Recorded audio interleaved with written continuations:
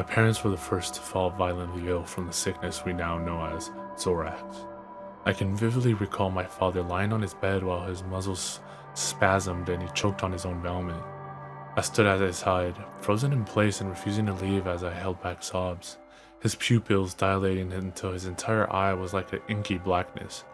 He tried to speak, turning his head towards me, but opening his mouth only brought forth another torrent of vomit. I remember saying something, but that detail is lost on me now. I remember staring into his glazed eyes as his shuddering became less pronounced and he was suddenly very still. I let out a wail and ran into my room, unprepared and unwilling to face the truth. My mother was the first to pass, then my older brother who had just turned 17, and finally, my father. I had not considered that I could have caught the disease myself, and if it were in fact contagious. I just thought myself lucky, though tragically lucky at that. I fell asleep in the corner, huddled in the blanket that previously kept my mother warm. Her perfume made the putrid aroma somewhat tolerable, perhaps just enough so that I could drift off. I remember a persistent banging next, a series of muffled inquiries from the opposite side of my locked door. They were shouting for survivors, looking fervently for anyone who was still alive despite the breakout. I rushed to the door and locked it to face what I would come to identify as the day crew.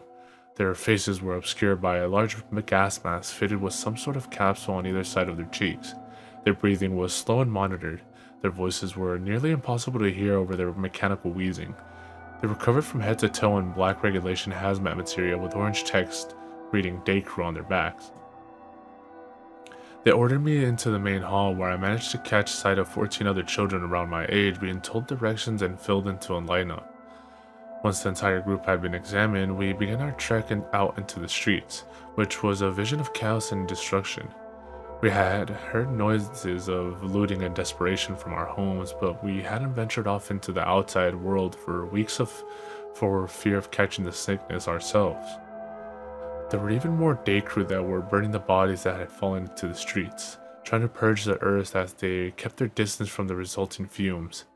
We were silently ushered into the back of a large truck that took us to the south, away from the cities and suburbs and into the dense growth of the forest. When the van came to a screeching halt, the door swung open to reveal more day crew, who ushered us out into a forest clearing. We were interrogated about our exposure to anyone with XoraX, and if we felt any symptoms like nausea or vertigo, though we had all witnessed our family members falling ill, and had tried in vain to treatment. We were all perfectly fine in any physical sense. The day crew initially told us that they were perplexed about our immunity to the sickness, as anyone who came in contact with it was sure to fall ill just hours later. So it was a shock to see that some of us had been living this nightmare for weeks on end. As they administered more tests and asked more questions, however, we were told that the immunity was tied with a hormone cell that the disease was using to compromise the immune system. And since we were all too young to have properly developed it, the disease was unable to make us fall ill. We were told that the day crew wanted to study us, that we would live under the cover of the forest in quarantine. They would hope to extract a cure from our group that could be used to heal the world and rid it of the XoraX disease. They tried their best to sound positive in light of the situation, but it was obvious that they were doubtful of their efforts, and that there was no guarantee for any of their tests to follow through. Still, they kept the mood optimistic and promised us that we would save countless lives with our efforts. They built a secluded village in the woods, providing us with makeshift houses carved into the tree trunks around the area. I was led to a simple house that had a single bed on the far end and a table in the middle.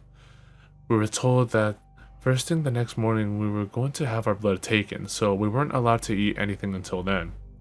I was fine with that. I hadn't been hungry for days. The image of my mother, father, and brother crowded my thoughts instead. I didn't get much sleep. The forest was chirping with crickets, and the muffled bickering of the night crew kept me up into the early hours. We were woken the next day and filed into a single line to have blood drawn. While the needles were prepared for us, we were told that we would have to receive a vaccination that would prevent us from going through puberty to preserve the hormone that might lead to a cure.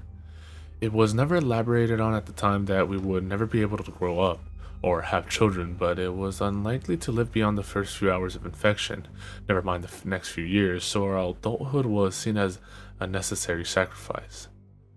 This continued for a few weeks. We would continue to receive vaccinations and assured that a cure would soon arise, but times were getting desperate.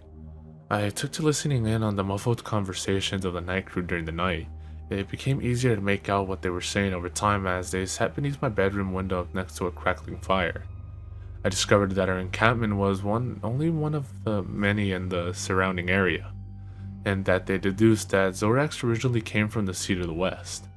They passed around horror stories of the people that lived by the shore and that were hit the worst, that they had gone completely pale and that they began to sprout growths off of their elbows, hips, and their toes. They had to be constantly hydrated or else their skin would begin to flake and peel. Their pupils had dilated and their entire eye was colored black. At this bit, I thought back to my father, sitting on the couch and writhing in pain. There was food in the mountains, one assured another. They were gathering it in doves, perhaps to keep it from spoiling. Another spoke up, revealing that they had managed to find expecting women who weren't exposed to XoraX, and that they were being kept in the mountains to birth their young away from the sickness. The topic came back to their present situation, and they began to discuss our encampment, that our results, while promising, weren't being worked on fast enough. There were accusations claimed and fingers pointed, but at last they settled on keeping their mood positive, that something would eventually come along, that we just needed some more time. Discussion just drifted back to the horror stories of the West Coast, which clearly sparked sick interest in the group as they talked of the corpses that had been found along the waters and drifted ashore, each with deep black eyes. I rolled over in my bed, unable to listen to any more of the stories without images of my own family, staring upwards towards the ceiling, praying that we would manage to find a cure soon, and that I wouldn't have to hear about the people of the West anymore. Had it been nearly a month of testing when something went wrong. A few short hours after our latest vaccination, several kids began complaining of distorted vision. They could see trailing lights in the air making their ways across the plains. While their faces were covered with their masks, I could sense the worry that played out across their faces. We were told that they were just visual hallucinations and that they would subside in a few hours.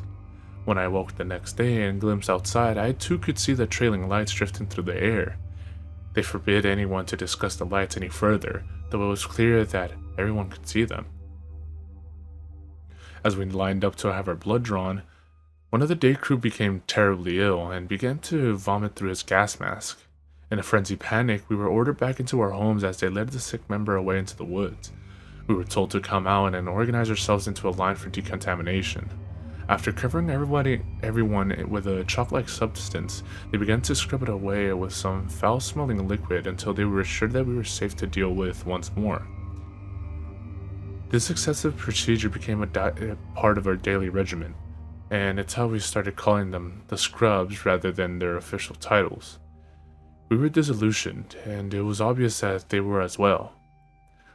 The visual hallucinations began to worsen, even though we had stopped taking vaccinations long ago.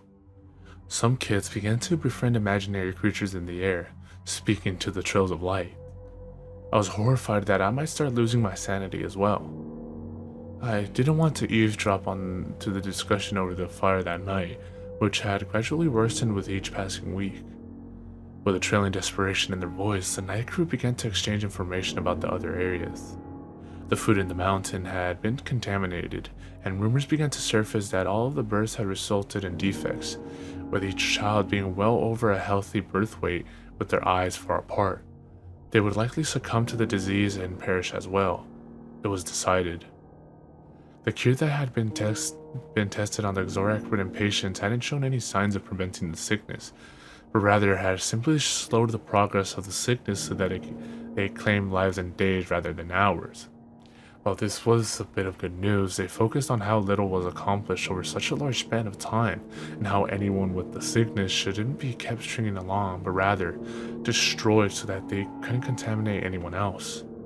There was a coldness in their voice.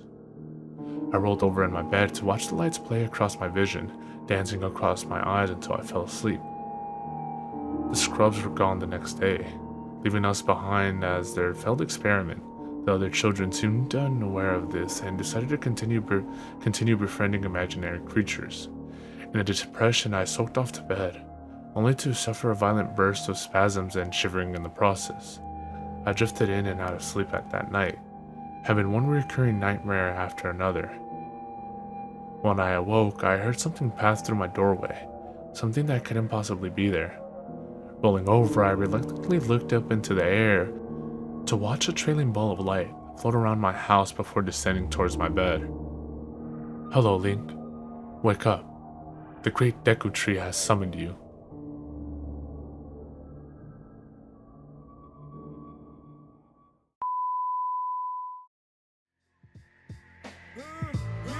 Big up to all my peoples. I done dug into my bag of tricks, came up with some different skits. Not your average mafia, I be on some different shit. You know I'm pimping shit that make you use your mind. So if you can fill in the blanks, do it when it's time. Come on. 1, 2, 3, 4, 5, 6, 7. Feel like I'm in hell, but I wish I wasn't. Yeah, you got it, now knock it while I rock it. I stick plugs in the socket and money in my... Yo, I get psychotic when you try to diss my staff.